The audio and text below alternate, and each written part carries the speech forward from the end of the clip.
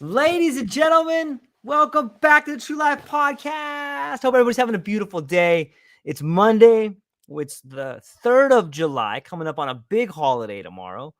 There's a whole lot of magic in the air. And for those who watch my channel, you know I'm a fan of the mystical experience, magic mushrooms, and the whole idea that reality is more than you could possibly imagine. And today, I got on the one and only MagicBrad, Brad GUDIM, coming to us. He's been a magician. He is an entrepreneur. He is an incredible individual that's been doing magic since the day I was born in the 1970s. So, Brad, I'm thankful that you're here today, my friend. How are you? It's good to be here. I'd rather be with you where you are because you're over in Hawaii. I'm here in Minneapolis, Minnesota.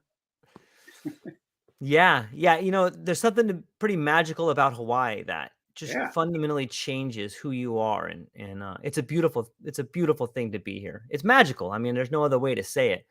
But Brad, you and I have some similarities, and you and I have been continuing this conversation on your channel and mine.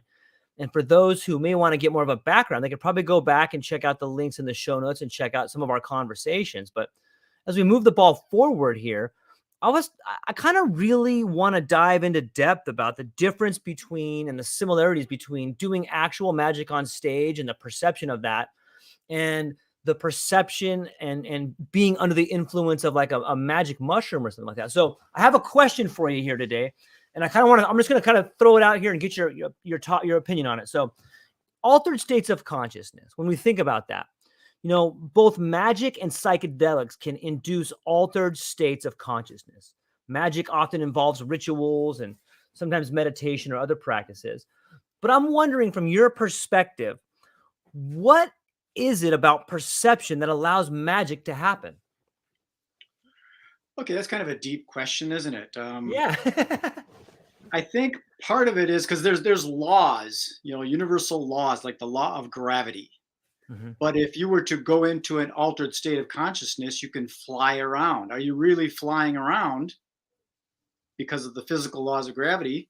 Are you really flying around, or is that something that's just in your imagination? And if it is in your imagination, are you really flying around? It's just in the etherical world rather than the physical world. You still might be doing that, but some people say, well, you're just making that up in your head. True, but everything was made up in our head. I mean, Henry Ford said, I'm going to start building these cars, and all of a sudden they turn into physical reality, right? It started in his head, Yeah. right? So that's how Yeah. I think that's how magic works. And they say seeing is believing, but that doesn't necessarily mean it's true. And then the word truth, what is true? Is there an absolute truth, or is there a perceived reality? Because I've had Mm. situations where I thought I was going to die. I had situations where I thought I saw a guy disappear. I had a situation where I saw a cup slide across a table like it was some kind of telekinesis. So can that be explained with Mm. with sleight of hand magic or physics, or was it something that I think I saw? Mm. So you make it up Yeah. in your head. Yeah. I once heard a quote that said, truth is like a collective belief. So if enough people believe something, that thing becomes true, even though it may not be true in actuality. Yeah. So as you're performing, like, let's say you're performing magic and there's a crowd out there, and is it an exercise in getting people to believe what you want them to believe, or what is that like? What's that process like? Um, I'm not real. Well, kind of like that. You're talking about the process of performing sleight of hand Yeah. magic. Yeah. You do have to get inside of the person's head and get them Yeah. believing. Like an example that I use, I take a coin, I put the coin in my hand, I throw it up in the air, I follow it with my eyes, and I see it disappear, and I react to it. I act as if it Mm. disappeared. And a person would replay that to a friend and say, I saw him take the coin, he flipped it up in the air, and it disappeared right in the air. But that's not really what happened. But that's the way they replay it in their head. So I'm sort of doing that by miming it and going through the gestures of I feel the coin in my hand, I throw it up in the air, and then it disappears. They see all those emotions and physical reactions. So they just assume that I actually took the coin, I really put it in my hand, I really threw it up in the air, and then it really disappeared up in the air. When the reality is, I never put it in the other hand. Mm.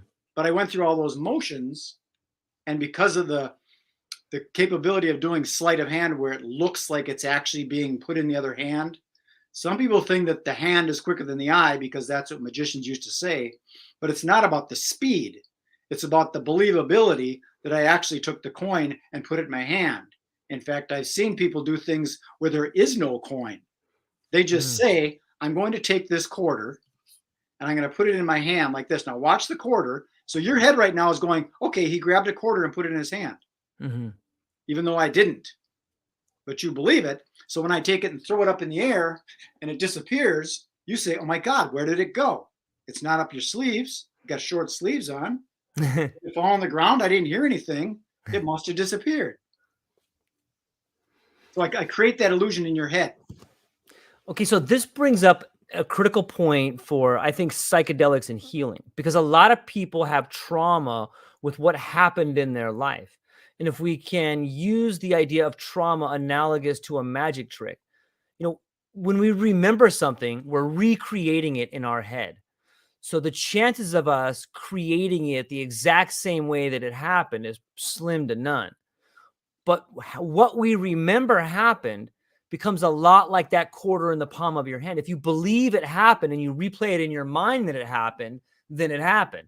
You can say, Yeah. oh my God, I can't believe that person treated me like that. Boom. And that's the magic trick in your mind.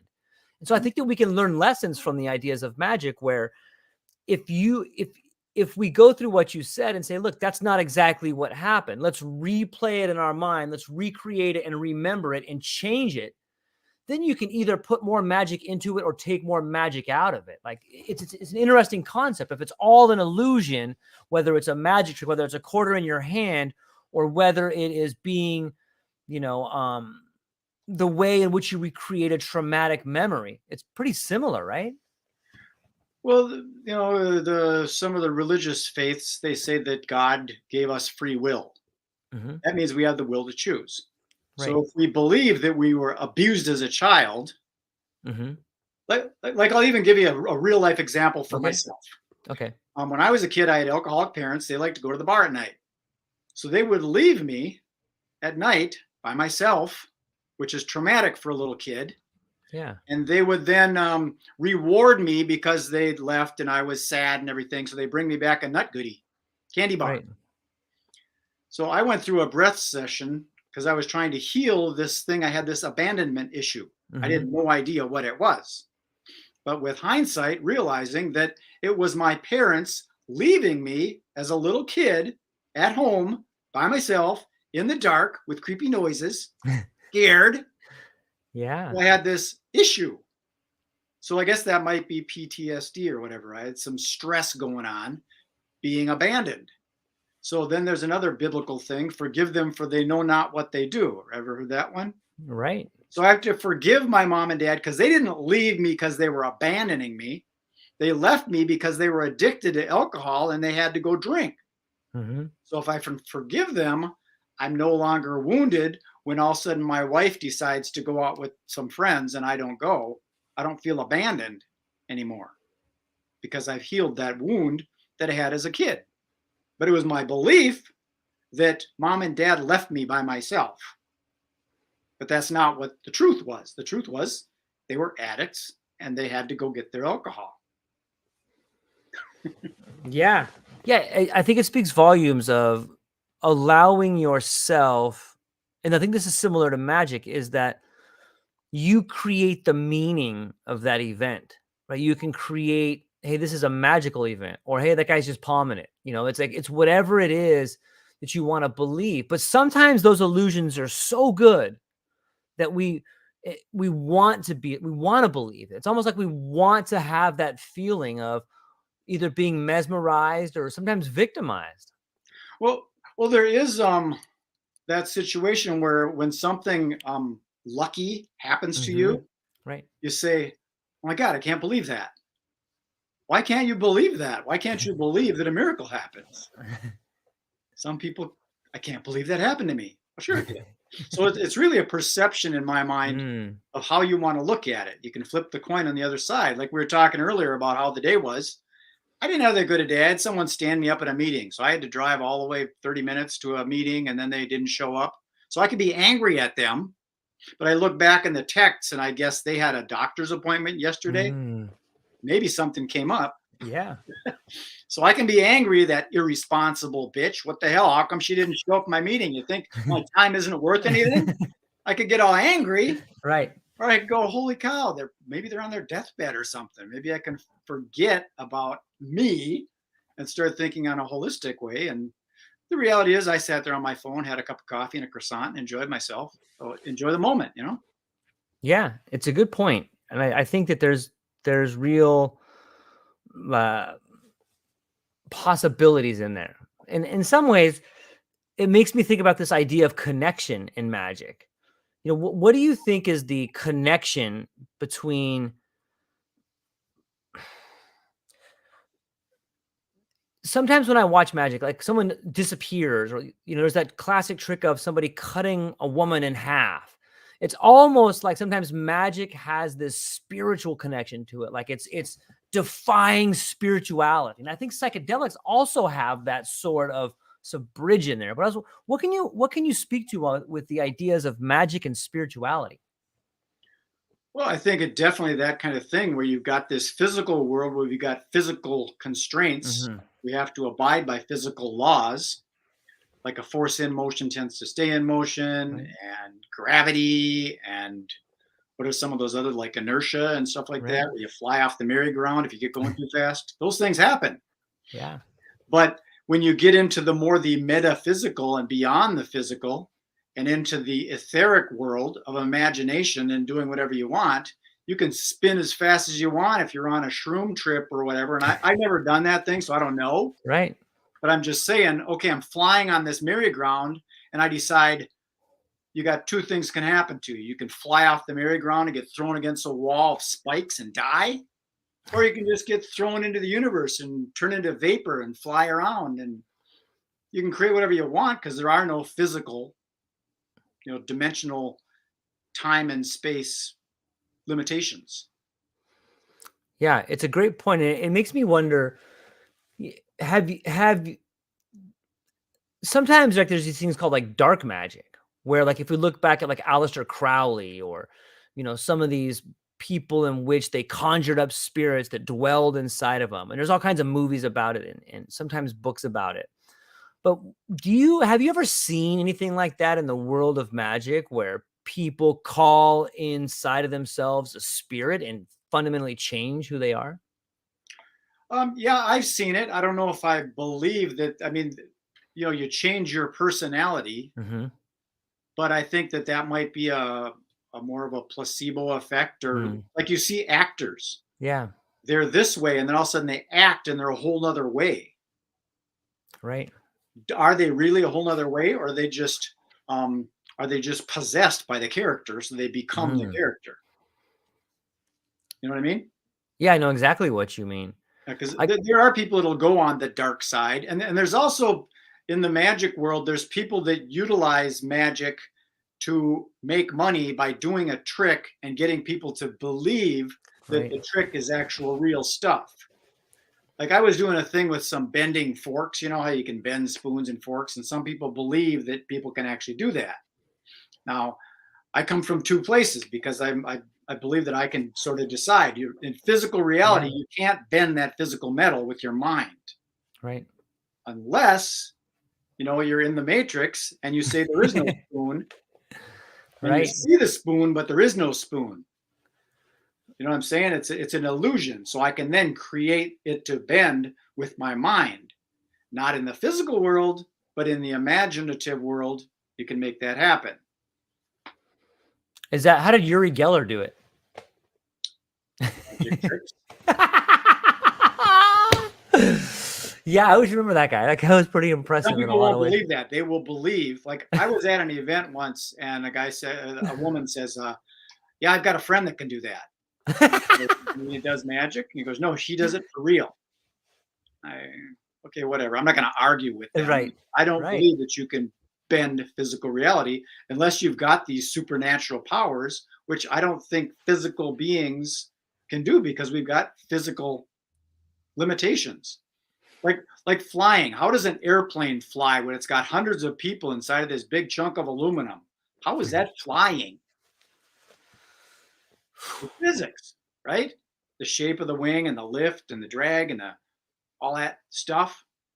It's physics. But isn't technology, isn't magic just another name for things we don't understand? Could be. Yeah, because, people say like, oh, magic, that must be so fun. Yeah. It kind of is, but when you know how it works, it's really not that amazing. It's Yeah. kind of underwhelming Right. as far as sleight of hand magic. Right. So I think that's where people get into it. They think, oh, that's really cool how you can, make that dollar bill float in the air or the coin disappear. Or how did they cut that lady in half? That was amazing. And Yeah. it looks miraculous, just like bending a spoon. How did you physically bend a spoon? And I think, you know what? If you can physically bend a spoon, maybe you can do something like bend steel girders and things. And if a couple of these telekinetic people got into place, they could prevent bridges from breaking with their mind instead of sending all those workers up there to do it. Couldn't you do Yeah. something more than bending a spoon? That's true. It sometimes I wonder when I think about the ideas of magic and what is possible. I and I think that we talked about magic being a technology that people don't understand, or physics, or something they don't get. But there's another side of it too that I often wonder about, and it's sort of synonymous. It's like this idea of premonitions. Like sometimes you can be so tuned into your environment that you can almost forecast what's about to happen. And that kind of seems like a little bit of magic to me. And I think that that's something that has been harnessed by, people that read palms, or some fortune tellers, or even a fortune cookie sometimes, but also by psychedelics. Like it seems to me that there's an extra sensory perception that is magical in a way. What do you think? I believe in that kind of thing. I believe that matter is finite. Okay. Molecules and protons and neutrons, and they eventually break down and they turn into energy.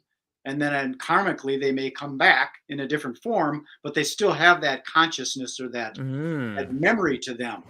yeah. So I believe that there are coincidences and serendipities and synchronicities that when two little molecules, they're in the etherical realm and they come together and they solidify and they click together, and all of a sudden you've got the beginning of something physical that comes back into place.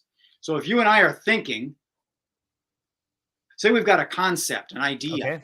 Okay. and we put our heads together and we both think, I'm in agreement, the two or more agree, yeah, let's do that, and we keep the ball rolling. You got two things that come together, and then all of a sudden somebody else comes in and says, yeah, I want to do that retreat thing in Costa Rica too, that's a good idea. And then some yoga instructor hears our podcast and then they go, I wanted to do a yoga retreat in Costa Rica too, what are you guys doing? And all of a sudden you Right. got 3 people involved, 4 people involved, and pretty soon you got a real event in Costa Rica. Yeah, it's almost like when you put the ideas together and the energy together, you're creating an idea that can be translated into the universe and become tangible. And the more people that believe in it, the more power that goes to that idea. Yeah, the And- concept is there. I mean, if you were to get like just really get into your imagination, Mhm. you basically start thinking about all these bizarre things like a dragon with wings carrying a candy cane. And you make up all this stuff in your head, but those Yeah. are all things that you know about from your past. You know about candy canes, you know about dragons, you read them in the books, you saw them breathing fire. So you're making all that stuff up to create this other entity. I've never seen a fire breathing dragon with a candy cane before. So that's a new thing. It Hmm. was still built off of old imagination. Let's bring in something that's totally new that we never even heard of. What would that be? like a flying tetrahedrogram that has one arm and Sure, but you're lives in the talking about sun. an arm. It's an arm that you heard of. It's got to be something that you never even heard of, like maybe there's some kind of portal or something that you climb through and go into an alternative universe. And I used to say there's only one universe because uni means one, but why can't there be two ones? Mm, Now you got parallel universes. yeah. Yeah, I think that, you know, people that take a lot of psychedelics often talk about being in a place that is ineffable. Ineffable? Is that the right? Ineffable. It's It, there's no words for it. Yeah, like there's no words to describe some of the states you find yourself in. And right, that is the true definition of alien, right? If something is alien, you can't see it, you don't understand it, you can't describe it because it's alien. And right. so, yeah, like I think that sometimes I think that what this whole idea of alien is, and what this whole idea of something that's ineffable is, it's the changing of sense ratios inside the human organism. If you look at the world we live in, we have a certain ratio of vision to hearing, hearing to touching, touching to sounding. And people often talk about that they have one modality that's better than the other, but if you just change one of those senses, you fundamentally change the sense ratio in your world, and you fundamentally change how you see and live in the world you're in. And that, I think, is what's happening on a mass scale right now. I don't know too many people talking about it, but what do you think about the idea of magic and sense ratios? Define again what a sense ratio is. So a sense ratio is, in the world we live in, we're primarily we're heavy on the visual sense. We look at typography, we consume media, we're constantly judging things based on what we see. Oh, And sure. Like so, we see things, we hear things, we can feel things, we can yes, smell things, we can yes. taste things. What about that other sense? Yeah, yeah. Just saying that it seems to you with magic, what you're trying to do is you're trying to throw people's sense ratio off. Like, you don't believe your eyes because that's what magic will show you, a different illusion. And so it's tricking your eyes. Thus, it's tricking your ratio of senses. Sure. Well, what came to my mind when, because I had a little thing sitting over here, when you said the whole Yeah. thing is. Okay.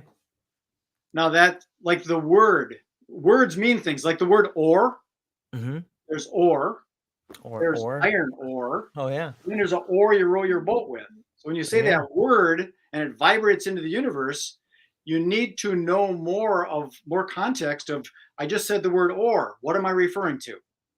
Am I referring to the paddle? Am I referring to the mineral or the steel? Or am I referring just the word? So your mind has to connect that with something. Right. So here, let me show you an example. Sure. I've got an example. I've got these cards. Okay. So here's an example. There's 4 cards here. So we got a hole card. See the hole? Yep. Yep. The hole in the card. Then we've got a whole card. So Mm-hmm. the whole card is there. Then we've got another whole card and another whole card. So you got 2 whole cards and 2 whole cards. So if I should take the whole card, and on the back of the whole card is a back. If I put that behind the card, that makes it look like a spot. Mm-hmm. So the hole turns into a spot. And this, on the same side, it ends up being 2 cards, but they look like they're spot cards now instead of whole cards. Doesn't that make sense? Yeah. So now if I should take the thing off there, now the spot is really there. It's not a whole card anymore. I go tap, tap, tap, tap. Now that card has spots. The whole cards are turning into spot cards. So same thing here on this side. Same thing here. There's the whole card. And if I put that behind there, it becomes a big giant spot card. It's not really a spot card. It's a whole card with a spot. Because you're looking at all the spots You're not watching the whole. That is beautiful. I There's a love it. little play on words Right. that kind of means nothing, but I thought when you brought that up, I had to bring this effect out. I've been working on it. It's kind of fun where it plays with the. Is he talking about a hole or a hole? Yeah. Depends And on the context of the word. You know what I mean? yeah, and I think it brings up the idea of words and magic spells. When you're Yeah. playing on words, a set of linguistic instructions can be a programming to a computer or to a person, depending on how you use those words. You can paint pictures in the minds of the people around you. Well, look at the different languages and things, and then you got Right. people that are speaking in tongues. Are they really speaking in tongues, or are they speaking in a different language that someone else can interpret, but some other people can't? Maybe it's a foreign language that's actually an alien language. Maybe it's Hmm. coming from the cosmos instead of a continent. Yeah, it makes sense. I mean, if you look at the brain as just a receiver, I think they call it glossolalia, where if I just so and you just make stuff up, and you see kids do it all the time, Yeah, but it's who's to say that that's not a language in the other one dimension we were just talking about. especially if someone is like singing it or something with a vibration, Yeah. then a person closes their mind and tries to imagine what that person is saying. All of a sudden they start visualizing a cow that's being milked and it's squirting out lemonade instead of milk. And, you never know where it's going to go. And I think that's where maybe the hallucinogenics come in. And some people have good trips, some people have bad trips. And they probably have bad trips because they go in with a bad attitude, and then those are the demons they're going to see. And then someone else might go in with a good attitude, and those are the angels they're going to see. Yeah. Depends on I your vortex. Yeah, I think there's a lot of truth to that, in that there's kind of two different camps. One camp says that you should always go in with an intention. You should believe and think about and meditate on what you want to work on. And there's another camp that's like, that's just pointless, because you're going to get shown whatever you want. The psychedelic's going to show you whatever you need to be shown. And so, with those two different camps, I you could probably take a journal and do 10 exercises with intention and 10 exercises without intention, and you probably get a 50% ratio on both of them, just depending. So it's kind of back to the whole card scenario, but Well, here's another quick example. Is sure. me and my magician friend, when we were Hmm. kids, we had our magic assistants. One of them was my girlfriend, and the other one was a friend of his. And our intention was to go out to California to a magic convention. Hmm. We never got there. We had so much fun doing other stuff. We stopped in Colorado. We went camping by this river and stuff, and we never made it out to the convention. So the intention was there. Right. The trip we took was different and just as enjoyable, possibly better. Yeah. Yeah, I think that's a great example of how psychedelics work. You think one thing's going to happen, but maybe you end up doing something else that is fundamentally better, or Yeah, is exactly what you needed it to be. And that's where the magic comes in. yeah. Maybe somebody who said, "Okay, I'm going to do this trip." What would you call that? Like a healing journey or whatever? You go on a Sure. retreat. I'm going to do this thing, and what I'm going to do is I have the intention to remove this block that I've got about abundance. I've got Right. these blocks about abundance, so My intention is to remove them. And then Hmm. all of a sudden, you go off somewhere else, and you find out that abundance thing is minimal compared to.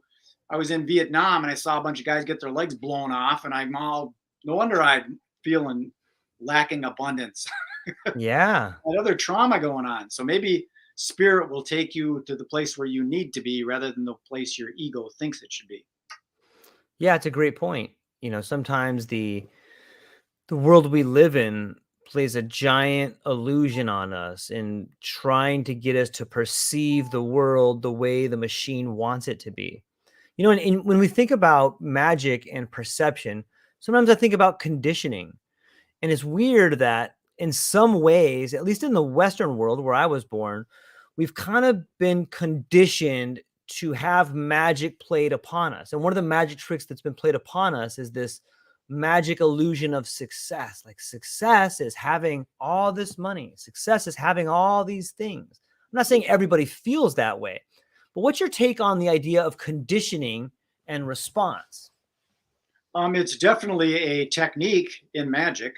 In Okay. fact, some people say, "Oh, the kids would love that," but kids are a lot harder to fool than adults, because adults have been programmed into, "Oh yeah, you Mm, picked up that glass and you put it in your hand." Because I've seen people pick up glasses and put them in their hands before.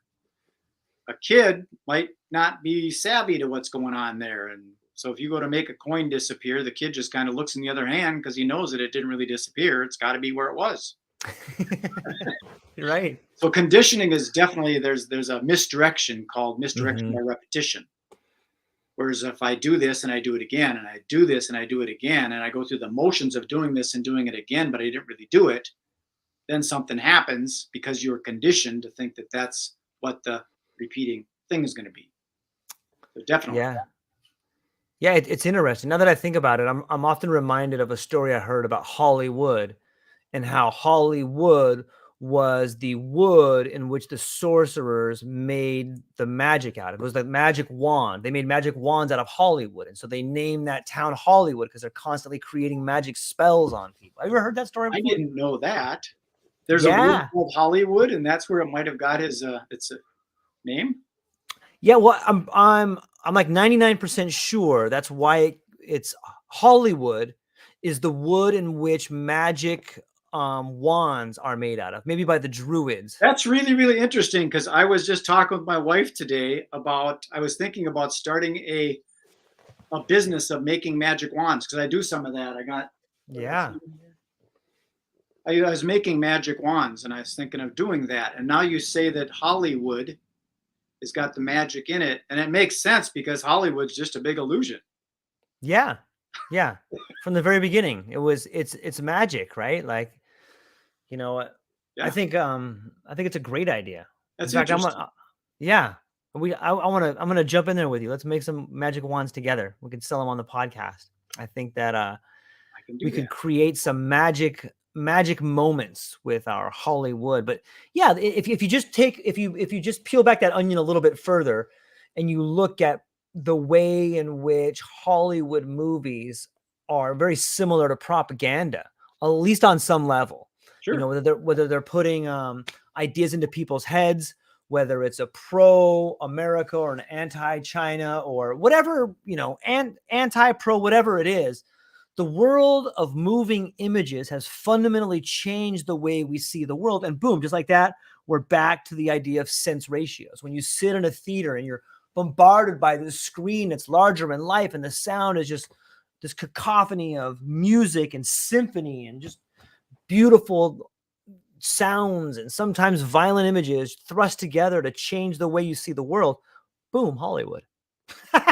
It totally makes sense. And we are conditioned. I mean, all the stuff about hourly compensation, and when the bell rings, you get Yeah. to work. And when the bell rings, you take a break for 15 minutes. And when the bell rings, you go back to work. And when the bell rings, you have a lunch. And then when the bell rings, and you do that in school, and then you do it in the job. And then when you do it in the Hmm. college, you get a little more freedom, but you're already conditioned into Yeah. working per hour. And you realize that there's only 24 hours in a day, and my boss will only pay me this much. So I have to work harder and get smarter and be more productive Yeah. to work for the man.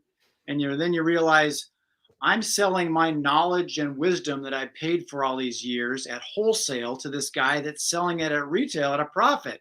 I'm going to be self-employed. I'm doing my own thing. Yes. Yeah. Yeah. And I think that, you know, it's like magic in that once you see the trick, you're no longer impressed. Whether it's seeing someone do a magic trick or whether it's you or me or someone exiting the work environment, like, I'm not doing that anymore. That's bullshit. If you They're stealing it right there. look at something like a bank. I mean, we're getting sort Okay. of off topic. Yeah. The bank, Perfect. the bank says, "Hey, we've got a wonderful safe place for you to put your money, and we're Mhm. willing to pay you like a 1% by having it there." And you think, "Cool, you mean I can put my money in here and then I earn a little bit too?" And then they take your money and loan it out to somebody else at a much higher interest rate. So they're using my money to make money for themselves. Yeah, It's an illusion. it is. And look at the same thing as in the insurance world. Oh, We'll even protect you. worse. So you can pour all your money into here and in monthly payments, and hopefully nothing will happen. And if it doesn't, yay, you're safe. But if it does, you're covered because everybody else put all their money in there. Yeah, What if you saved up your own money to be your own insurance company? yeah, shouldn't an insurance company give you money back if nothing happens to you? At least something, you know what I mean? Ah, look, got a good year, nothing happened, here's your money back. Yeah, good luck. The be the best way that I've ever heard insurance described was this like I forgot where he was from. I think he may have been somewhere, some Eastern Bloc, you know, he was a really nice guy, but he just had like this really scary quality about him. And they were asking him like, what's the best way to make money in America? And he's like, oh, you just do what the government does. And they're like, what's that? He's like, well, look, if I wanted to make money in America, here's what I do. He goes, I would find like a poor part of town and maybe like a shady shop, like a porno shop. And I'd go in there and I'd tell the guy behind the counter, hey, look, maybe you should hire me so none of those bad guys come in here and rough up your shop and steal your stuff. And then, the guy would probably tell me to buzz off like he don't need me. And then I would just pay these young kids $100 to go in there, wreck up all the shelves, throw everything around, threaten the guy. And then the next week I'd go back in there and ask the guy, hey man, those guys that came in here? I can get rid of them for you. How about 10% of your weekly paycheck? Pretty soon that guy's going to start paying me. And he goes, ta-da, you got insurance. And I was like, oh my God, that's exactly what happens. It's just on a smaller scale. You just rev it up to a higher scale and then you have the government. I hope you don't get your channel shut down now. Well, let me say it like this then. So You're just kidding. Yeah. This is a theory. Yeah, it seems to me, and I shouldn't harp on government too much because I think it was John Dewey who said that government is the shadow cast upon people by corporations. So right like that, we're back to corporations. So excuse my rant there. No, I get it. It's interesting. It's an interesting topic, but if you want to just pivot it, and like some people will, I've got this thing called the peace police, where you actually make money from being peaceful. Yeah. And some people don't like that. They don't think that peace should be attached to money. Why not? Yeah. War is. So it's a matter of shifting the vortex because they're going over to countries and blowing them up and then hiring Halliburton to go in there and clean them up. Yeah. What if we went over there into countries and fed people and found water and clothes and housing and made it all better, and then send people over to make the houses even better and landscape them and beautify them and stuff? Could do that for money too. Yeah. The problem with that is it's not very lucrative. Like if I come into your country and I get you to hate your neighbor and I stoke the underlying causes of hatred in your community, I set black versus white and man versus woman. Now I can steal all your resources without you really knowing about it because you're so worried about your own freedom and your own safety that I can just come in, pay a corrupt government official and steal all your resources. And that's kind of what the United States has been doing to every other country in the world.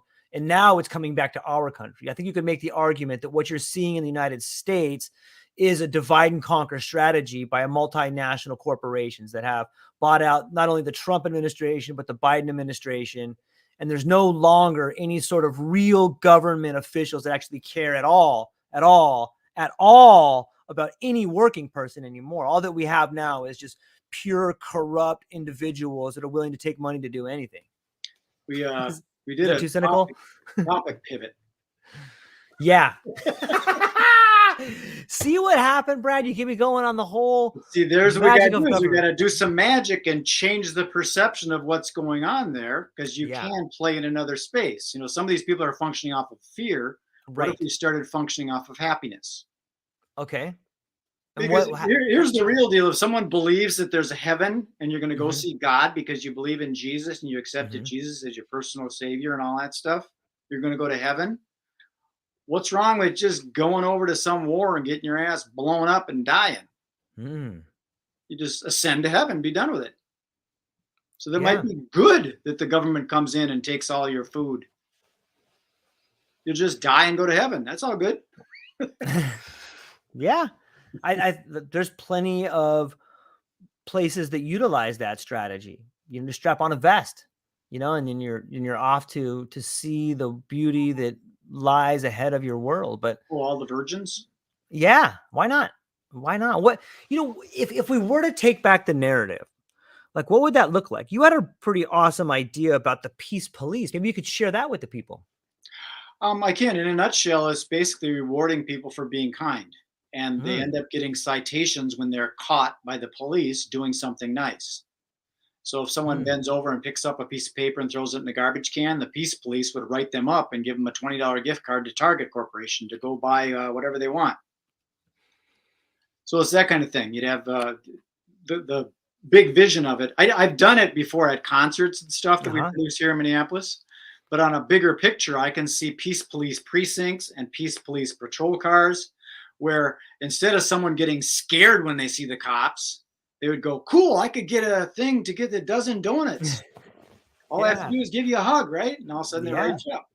And now the corporations are getting business out of the deal. So they're the ones that fund the precincts instead of the tax dollars and all that. We want to save communities, so we're going to raise taxes so we can abolish blah blah blah.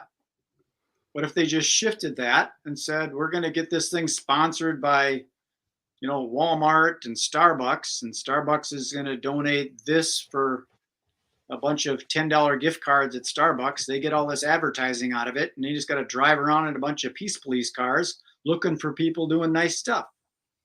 It would change the thinking of the world, as rather than you got to put that person in prison, because when you put people in prison, they go to college and Mm. they get educated. How the heck do you break into a Kia and start it? Yeah. Oh man, you just find that on YouTube. Yeah. Now they know how to steal cars. And do you know how much you can get for a catalytic converter? And then they go stealing catalytic converters. But what if the Right. prisons were a different place of education, of doing things kind, and say, do you know that if you go and you hug somebody and open the door for them, you can make yourself $50? Mm. What? I just got to stand in front of Walmart and hug people? I can make a Right. living doing that? Right. Sure. Yeah. It's all about What, perception. yeah. Yeah. What about the whole idea of commodifying community service? Like, you know, why can't there be, you know, a job board down at City Hall that is like, go paint all these red curbs red, and here's a contract for that. Like, or you know what I mean? Like, They I kind of guess do that, but they they don't kind of give do it it. to the citizens. They give it to whoever their buddy contract. Yeah, yeah, that's right. They That's do that. true. That's the corruption stuff. If it would be a shifting thing again. Right. So a way to do that instead is to to put together a group of citizen painters, and Mm-hmm. now you can bid against the contractor. But are you going to get the job, or is the guy's buddy going to get the job? Mm. You know that on that topic, that Andrew Yang guy, he had what he called democracy dollars. Okay. That got rid of the lobbying, where we're going to take these lobby dollars and we're going to hire this company to do this because of the lobby dollars. Mm-hmm. Instead, the way he does it is citizens got democracy dollars and they could vote with those dollars.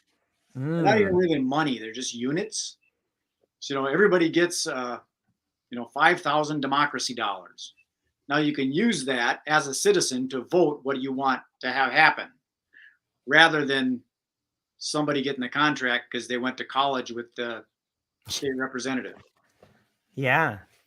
He had another idea that was like a freedom dividend, where, you know, the everybody got a certain amount of money every month. And Yeah. you know, some people look at that and be like, oh, well, this is just, you know, you're just incentivizing people not to work, or, you know, this is just socialism or something like that. But you know, when you start peeling back the onion, it seems to me that, like, no one's alone. Like, we've created this system together, whether you drive a truck, or whether you work at a flipping some hamburgers or whether you're an attorney, like you're all paying into this system. Shouldn't you get something back instead of just giving your money to like the defense industry and then going and blowing up other countries?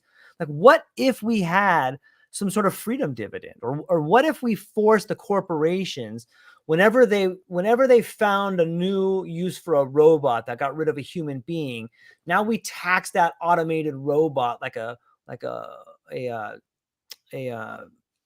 labor tax or something like that, like why can't we do that? That just seems like such a better way for Well, everyone in our country to live. we can, but I think again, it's a shifting of perception because Mm-hmm. if you look at that USB, the universal basic income thing you're Mm-hmm. talking about, the freedom Yeah. dividend. Some people look at that as, okay, you're giving these guys $1,000. They're just going to sit on the couch and eat Doritos and smoke pot. Well, maybe, but what if they have a different mindset? What if they say, I'm going Yeah. to take $1,000 and I'm going to buy some magic tricks and I'm going to start doing magic at the daycare centers? Yeah. Because that might happen too. Yeah, of Well, course. yes, you might get the loser that's going to sit on the couch, and then you get the winner that's going to go out and do something good for society. But the reality is that money is still infused into the community. Right. So if you don't look at it from the point of view of, the corrupt couch potato, if you don't look at it from that point of view, you look at it as that's going to infuse. Say there's 1,000. Say there's, I don't know. I'm not good with math, but say there's 20,000 people in a city, Mm-hmm. and each one of them are getting $1,000. How much money is that? Isn't that $2 million, $20 million? I think so, somewhere around there. So every month there'd be $20 million infused into that community. And that'll be the same for an urban or a suburban or a rural community. And it'll go from the nucleus out rather than being spent over Top in down. the country. So I think Yeah. it's a good thing if you shift the thinking from lazy people on the couch, because there are going to people that are going to go, you know what? I'm getting so fat. I'm tired of eating these Doritos. Yeah. I've seen this TV show I don't know how many times. I got to do something with my life. Yeah. Maybe then they'd shift and they'd spend that $1,000 on something else. Yeah. But whether they spend it for good or spend it for bad, I'll bet they spend most of it locally. Right. Shopping on Amazon. Right. Yeah. I mean, we already do that anyway. We just do it. It just never gets to the bottom. It's pretty much, if we just look at all the banking collapses, it's pretty much a blank check for every single bank. Like the Fed and the government will never, ever, ever, ever let any banking institution fail. Like they just won't do it. Insurance companies, too big to fail. Banking companies, too big to fail. But, why not the guy that has his own business? Like he's too small to matter. It's so weird how we have this That's idea. only if you play that game. Okay, what do you mean? If you want to play that game of the money system, or Right. what if you created your own world? Okay. And you say, okay, I'm going to create George Bucks. Yeah. And everybody that's on my podcast, and if you please donate physical dollars, I'll send you 100 George Bucks. Yeah. Now, what do these George Bucks work worth?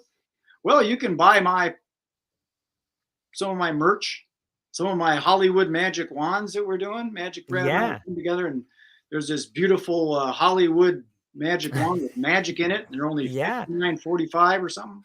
Yeah. You got to buy it with George Bucks. So you could take their money, turn it into your own ecosystem, and now you're not playing that game anymore. It's kind of like bartering, right? But you're not doing a straight trade. You're creating your own bank. You create your own little thing of units, because that all money is a byproduct of energy. Okay. I get busy and I start making blankets because I know how to do this work with the yarn and stuff. And you're going, Jesus, I'm freezing cold. I wish I had some firewood or something. Oh, there's one of your blankets. I'll tell you what, I'll trade you these matches for the blanket, and we swap. That's all it really is. It's just energy and need and desire. So we could just create our own money. Yeah. Brad, yeah. Now we're talking. I'm all for it. I say we do it. Well, some people are doing that. They're creating their own cryptocurrencies. You got your typical Bitcoin stuff, but why not create your own thing? And I've actually got my own money, by the way. Oh, yeah? Yeah. Let's see. Hey, now. That's Nice. $1 million. It's my MagicBrad bucks. It got my little MagicBrad logo on there. Now we're back to perceived value. All you need to do is get people to perceive that to be what you want it to be, and boom. It is a And perceived value thing. I remember when I used to do my trade show, my expo. I'm doing it again here, by the way. A little plug for me. Nice. When I first did this, I went and had a bunch of these tickets printed, and they were worth $6 value to enter the show. And my trunk was full of these things. I had like 20,000 of them. So I started thinking, geez, if these things were really worth $6, I got a bunch of money here. I could retire. Yeah. So it is a perceived value thing, How much? Yeah. How much is your energy worth? How much is your podcast worth, George? I think it's immeasurable. I mean, at least for me, the amount of therapy it provides for me, it probably saves my relationship from me having to have all these conversations with my wife that would just roll her eyes after a while. I'm like, enough, George. It's way too early for this. Let's do a plug for you. If anybody's listening, there must be a way that they could donate to your, what do they call that? Patreon or something like that? Yeah. I just set up a Patreon page yesterday, and see, there you go. Yeah, I gotta put out the I have to put out the ways in which people can do it. So I got an idea that I set up, and here's what. Let me throw this out here and see what you think. So I'll put for those listening, I'll put the Patreon link in the show notes when the podcast comes out, and then I'll also put it into this one once we finish here. But speaking of money and Patreon, so I'm setting up just one. I just have one tier on my Patreon page, and it's called the microdose tier, and I charge everybody $5. You get exclusive content. You get access to me. You get a free copy of my newest book and a few other perks in there. But one of the ones that I really like is that I charge $5. And for every subscriber I have, at the end of the month, I give $1 back. So if I have 100 subscribers and they're all paying me $5, at the end of the month, I give out $100 back to one lucky subscriber.